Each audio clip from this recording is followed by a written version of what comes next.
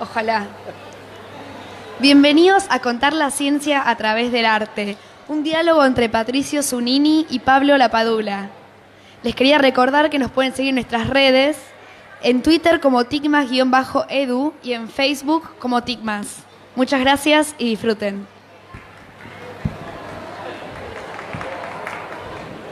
Uno de los recorridos que estamos haciendo en el auditorio de Ticmas, aquí en la Feria del Libro, tiene que ver con aproximación a la ciencia desde distintos ámbitos inesperados. Es un recorrido que hemos preparado con el C3, con el Centro Cultural de la Ciencia, junto con Guadalupe Díaz Costanzo, la directora del centro, y hemos hablado de cómo se cuenta la ciencia, de qué manera se contribuye en la difusión científica. Han pasado por aquí la propia Guadalupe Díaz Costanzo hablando de cómo se cuenta la ciencia desde un museo. Esta semana tuvimos la experiencia de Fuerza Atómica, cómo se cuenta la ciencia desde el teatro. Y ahora estamos con Pablo Lapadula, artista, que además va a contarnos cómo se cuenta la ciencia desde el arte. Pablo, es un placer tenerte aquí en el auditorio de Ticmas, que es una plataforma educativa que se presenta en la Feria del Libro. Y lo primero para preguntarte es, estamos en la Semana de Leonardo. Se cumplen 500 años de Leonardo. Aquí han pasado Mercedes Esquiaga y Héctor Pavón, que son dos periodistas que trabajaron sobre la figura de Leonardo, y una de las cosas que decían era cómo Leonardo era científico, médico, investigador, innovador, ingeniero, cómo era un genio que cruzaba todas las disciplinas, típico genio del Renacimiento, que cruzaba todas las disciplinas y que nunca hacía demasiada distinción entre arte y ciencia. Justamente, la charla por la que te convocamos es eso, cómo se cuenta la ciencia desde el arte. Quería preguntarte primero, ¿cuál es el límite del arte y cómo empieza a plantearse una pedagogía o una difusión científica desde ahí? Fue una introducción enorme, si querés de acá en adelante me callo. Pero bueno, gracias por estar aquí. Bueno, gracias por la invitación. No te calles, seguí hablando, así vos vas guiando. Nombraste a Leonardo y nombrás el arte y la ciencia contemporánea, digamos, ¿no? Son dos épocas distintas, son dos paradigmas distintos. Leonardo produce conocimiento y se vale estrategias de la visión, ¿sí? Que las plasma en lo que hoy podría ser una matriz de artes visuales, y aparte es un químico, un físico, un ingeniero. Entonces está todo cruzado. Hoy nuestro campo de batalla está dividido en dos. Desde el laboratorio hacemos una bajada totalmente racional, ¿sí? Acá en Estados Científicos hablando, esto es una obviedad lo que voy a decir, pero nosotros matematizamos el mundo natural para generar modelos matemáticos, si se quiere, de predicción, ¿sí? ¿Y por qué los científicos van a ser predictores? Porque queremos adelantarnos a los sucesos. En el campo de la biomedicina esto es clave.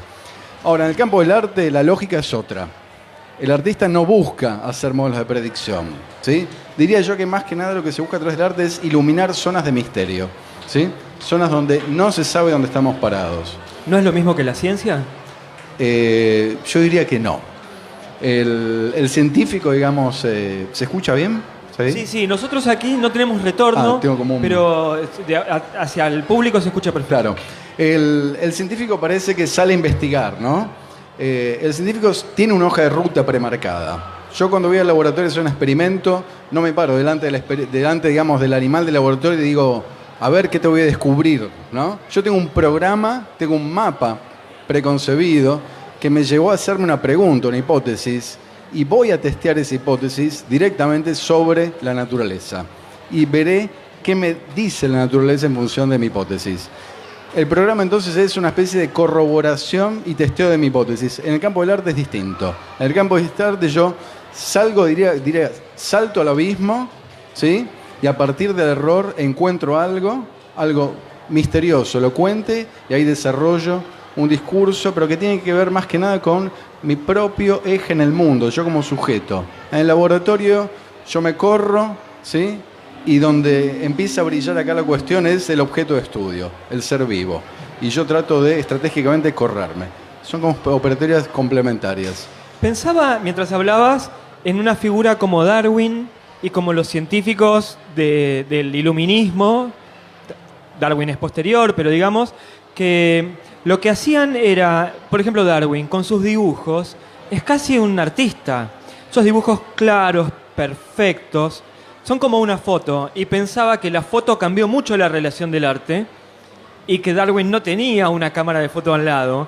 Pero esa relación del científico-artista está muy presente también en ese investigador.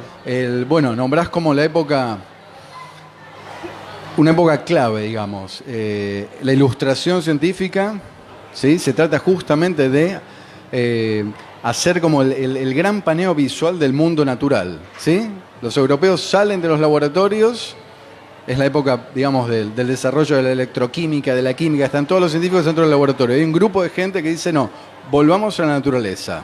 Darwin forma parte de ese programa, pero el gran programa lo arma Humboldt, ¿sí? Y esto da lugar a lo que los científicos llamamos la ciencia romántica, ¿sí? Que es el europeo que sale de la urbanidad y vuelve a encontrar el mundo natural.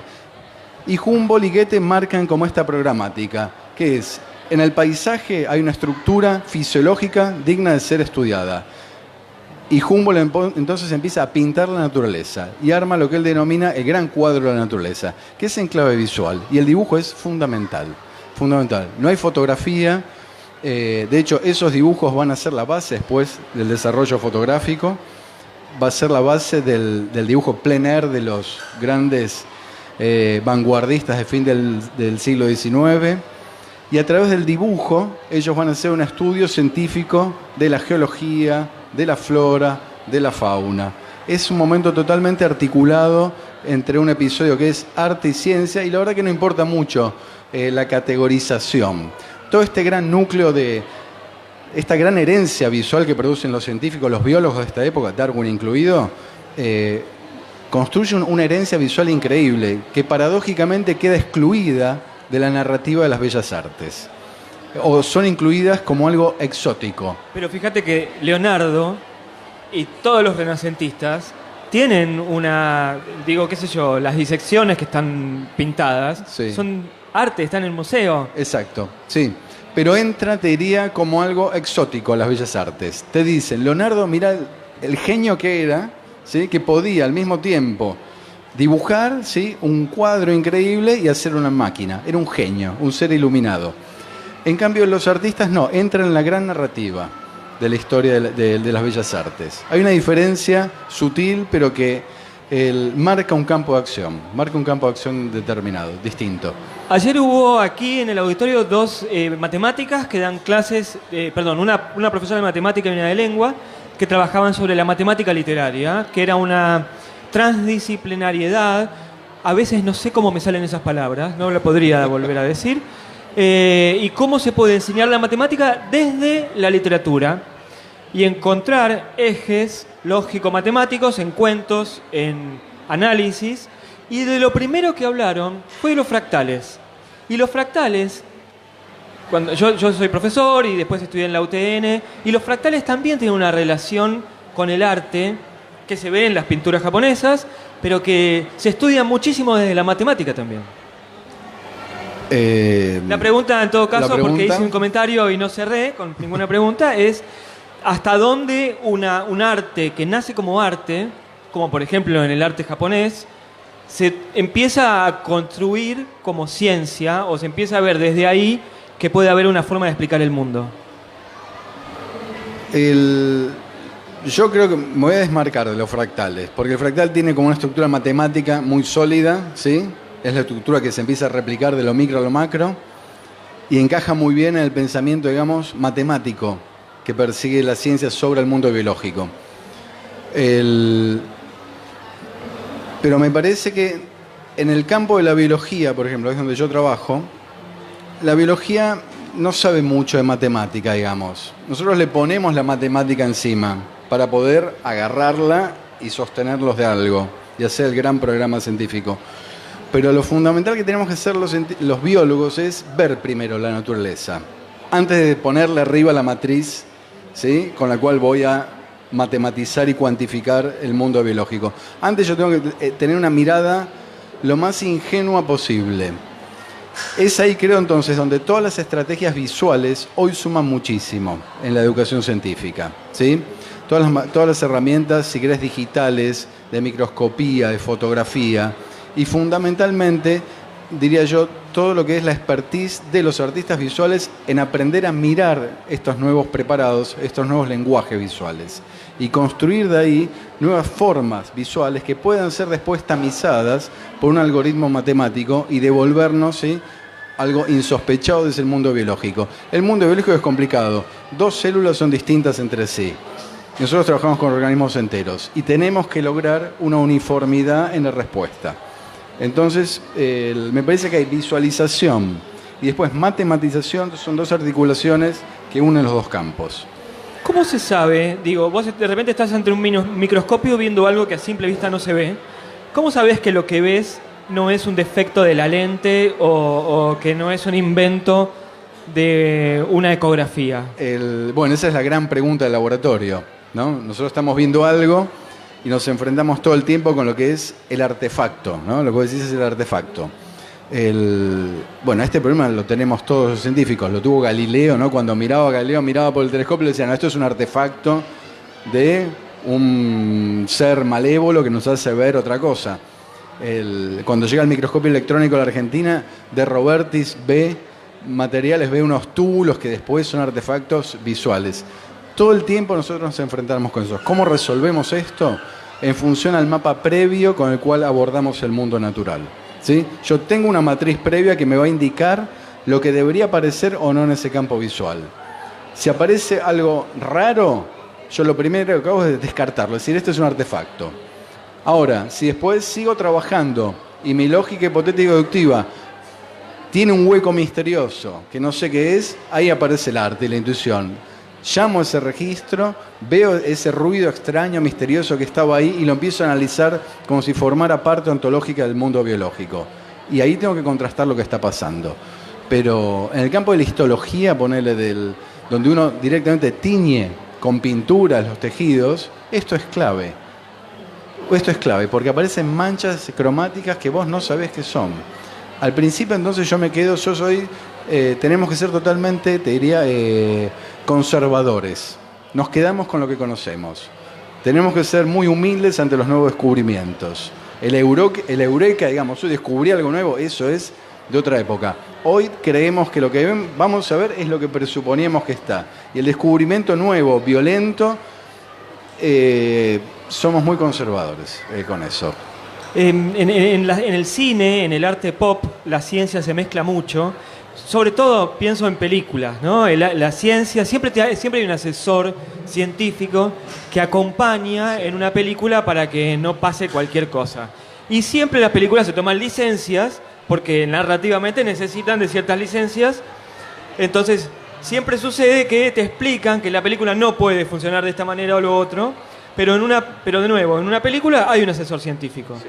En el arte, cuando se dibuja, se pinta y se quiere mezclar la ciencia, ¿hay un asesor científico? Yo funciono muchas veces como asesor científico. Hoy hay como una gran explosión de lo que se llama bioarte, ¿sí? Bioarte, y está muy empatado con lo que es arte y tecnología, arte de ciencia y tecnología.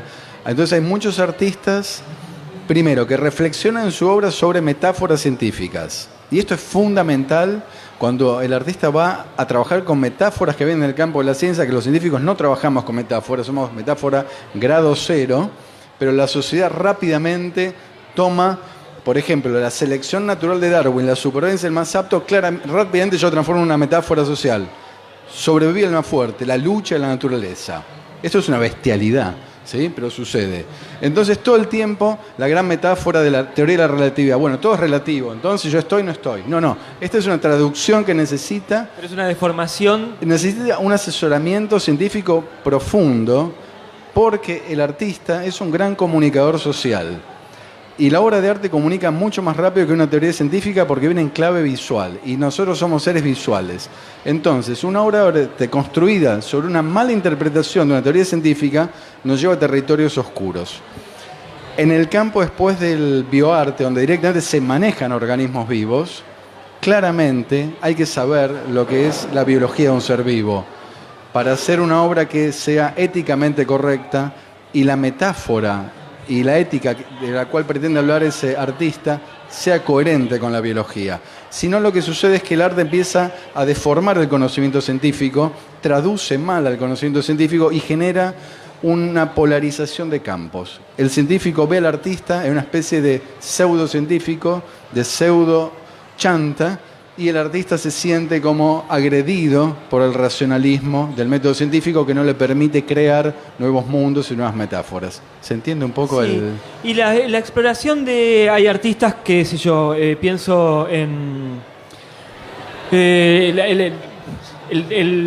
me van todos los nombres, porque obviamente los No nombres me importa. van a salir en media hora, pero se me van todos los nombres. Pero hay artistas, hay dramaturgos, hay un dramaturgo argentino que se saca sangre en escena y juega mucho con el cuerpo. Emilio García Huevi, ahí me salió el nombre, saca sangre en escena y juega con fluidos. Y hace cosas realmente a veces escatológicas, como hacer una morcilla con su propia sangre y darle su cuerpo a la gente. Pero después está aquel famoso tiburón que lo habían como congelado, lo habían el mantenido. De Damien Hirst, sí. El de Damien Hirst, Damien. exactamente. Digo, esas fronteras del arte, ¿se pueden considerar como miradas sobre la ciencia? Yo las considero directamente trabajos científicos, trabajos sobre la ciencia.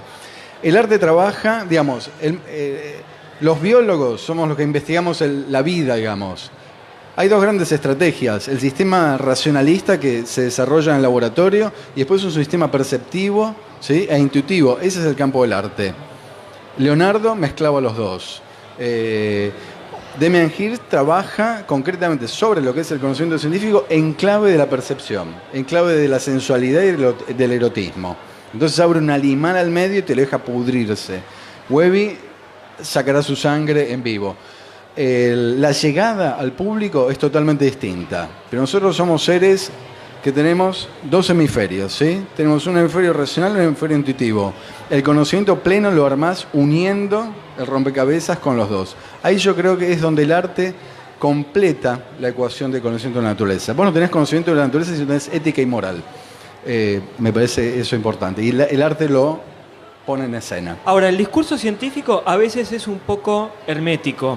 Para una persona que no forma parte del campo científico, el conocimiento científico es un poco hermético. El arte también juega con el hermetismo.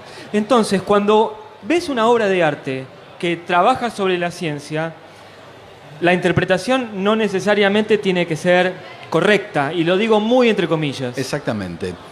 El arte, digamos, lo que pasa es que el objetivo de la obra de arte, te diría que es complementario al objetivo del paper, ¿sí? El paper te va a brindar una respuesta mecánica, una solución a un misterio. Repito lo mismo, el artista te va a plantear un misterio, te va a plantear un punto de partida para hacerte 1.000.000 de preguntas. Igual, el arte contemporáneo, como la ciencia contemporánea, necesitan del epígrafe, del texto abajo, para que vos puedas decodificar. Si no, en el campo del arte te quedas una mera experiencia estética. Y el arte hoy es una batalla de ideas, igual que la ciencia, no es una batalla de imágenes lindas. Entonces, el arte contemporáneo pide sí o sí una explicación. Y la explicación, creo yo, surge tanto del curador, del crítico, de la nota en el diario, de esta charla, o del propio artista en la sala, haciendo algo controversial y que pide, ¿sí?, una discusión pública de lo que él está haciendo. Damien Hirst es ese caso. Estaba pensando en eso, digo, el arte necesita del crítico y el Sí. científico necesita del periodista, del difusor, de quién. Absolutamente. El paper, digamos, que publicamos, si nosotros lo repartimos acá en la Feria del Libro, nadie lo lee, nadie lo entiende. Necesita una traducción. Una traducción, no me refiero a esto con una bajada del nivel de información, sino un cambio de retórica, ¿sí? Una traducción en la retórica, en el lenguaje. Dejar de hablar en retórica profesional y hablar en lenguaje como un llano.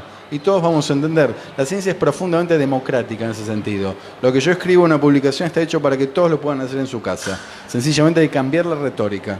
Bueno, pero el arte también tiene una relación, la pintura, la música, tiene una relación que está muy conectada con los sentimientos y con la individualidad de cada uno, con lo relativo, con lo propio. La ciencia busca un discurso mucho más estricto, un compromiso mayor con la verdad.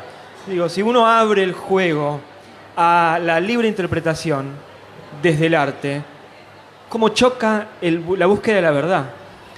Ese es un punto dramático y clave. La ciencia esgrime verdades en clave de retórica objetiva. Y el modelo es perfecto. Está bien, no hablas de verdad. No hablo de verdad. ¿Cómo me corrigió así? No hablaste hablo de verdad. Hablo de un modelo predictor. Hablamos de verdades instrumentales. Yo en el laboratorio yo hablo de verdades instrumentales. Yo no sé cómo es la realidad. No me interesa saber cómo es la realidad. Solo me interesa establecer un modelo de predicción oracular. Oracular racional hoy. Y funciona. Lo increíble es que funciona. ¿Cómo es la realidad? No es mi pregunta. Es una pregunta para el filósofo, tal vez. Yo trabajo sobre epifenómenos de lo real. Y el artista creo que hace exactamente lo mismo. No le preocupa a él dar una explicación final del mundo, ¿sí? El artista hace una devolución, ¿sí? De lo que a él le pasa como sujeto en el mundo. Son dos planteos distintos, pero creo que ninguno de los dos pretende una verdad última final. Si no caemos en el campo del fundamentalismo del dogma, que justamente con lo cual la ciencia luchó 600 años, ¿no? Pablo, te hago la última pregunta. Por favor. Te agradezco que hayas pasado por el auditorio de TICMAS. Pienso que todo esto surge de una curaduría de actividades con el C3. Son charlas que hemos tenido. Decir curaduría por ahí es demasiado grandilocuente, pero me salen mal las palabras, discúlpenme, a veces se me traba. Es un poco grandilocuente, pero fueron charlas que hemos pensado con Guadalupe Díaz Constanzo de armar distintas formas de contar la ciencia. Y el C3 apunta también, y sobre todo tal vez, a chicos y a adolescentes, a no tan chicos. ¿Qué clase de arte muestran en el C3 cuando quieren contar la ciencia desde el arte? Bueno, el C3 tiene un museo de ciencias, ¿sí? Con aparatología didáctica en clave de entretenimiento y juego, ¿sí? Porque a través del juego, digamos, el gran científico es el niño. El juego no es una cuestión de pasar el tiempo, sino es una cuestión de investigar el mundo y conocerlo material y mecánicamente. Entonces, con el C3, primero está el gran Museo de Ciencias, que es un museo didáctico, y después ahora armamos con un TREF, con la Universidad 3 de Febrero, en el Centro de Arte y Naturaleza, en Ecoparque, un centro de arte y naturaleza dedicado al estudio de la naturaleza, pero en clave del arte contemporáneo. Y armamos lo que es el primer corredor de cultura científica en la ciudad de Buenos Aires. Entonces uno puede tener el abordaje totalmente racional y mecanicista de la ciencia en el C3 y después llegar al centro de naturaleza y tener una mirada, si se quiere, un poco más blanda, no me gusta la palabra blanda, pero más perceptiva, y que el mundo no sea sencillamente encorsetado en una cuestión de acción-reacción, ¿no? Y yo creo que estas dos estrategias son claves para los chicos chiquitos y para los adolescentes y jóvenes, porque a través del juego y de la visualización es donde entramos, en realidad. Donde yo más te dejo afuera es cuando te empiezo a hablar de teorías, ¿sí? Entonces eso hay que dejarlo un poco para la biblioteca, un poco el espíritu. Pablo, ha sido muy iluminador la charla, realmente. Yo me voy con un montón de conceptos nuevos. Espero que las 50 personas que estamos aquí nos haya pasado lo mismo y los que están siguiendo por streaming también. Muchas gracias por haber venido al auditorio de TICMAS. Bueno, muchas gracias por la invitación. Gracias.